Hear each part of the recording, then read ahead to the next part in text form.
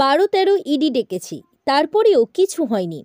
দিল্লির বদান্যতায় টিকে আছে। এই রকম আরও অনেক তৃণমূলেও আছে বলে জানালেন সিপিআইএম নেতা সুজন চক্রবর্তী। তিনি মুখ্যমন্ত্রীর কাছে কমপ্লেইন করেছেন এবং ভিডিও পাঠিয়েছেন যে তার দলের নেতারা কে বিজেপির বিরুদ্ধে সুর চড়াচ্ছে না, এবং তাতে বিশেষ করে মলয় ঘটক সুর চড়াচ্ছে না। এটা সবাই জানেন, এর মধ্যে নতুন কিছু নেই।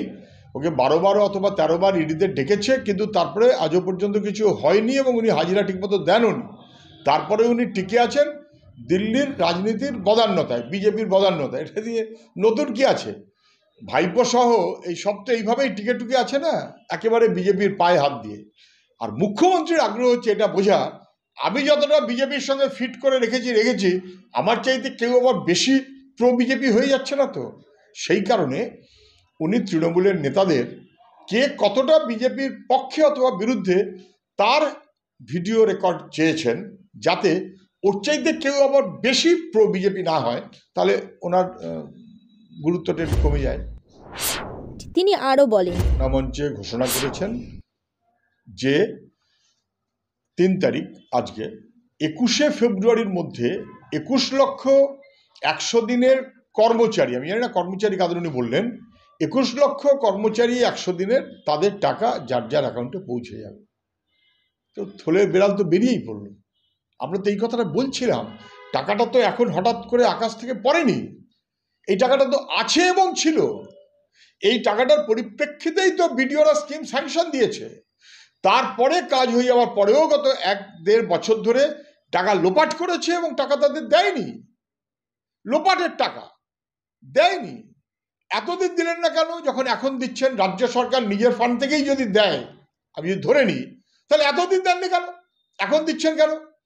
ভোট এসে গেছে, অতএব ভোটের জন্য দেব, কাজ করেছে তার জন্য দিলে তো 1.5 বছর আগেও দিতে পারতেন।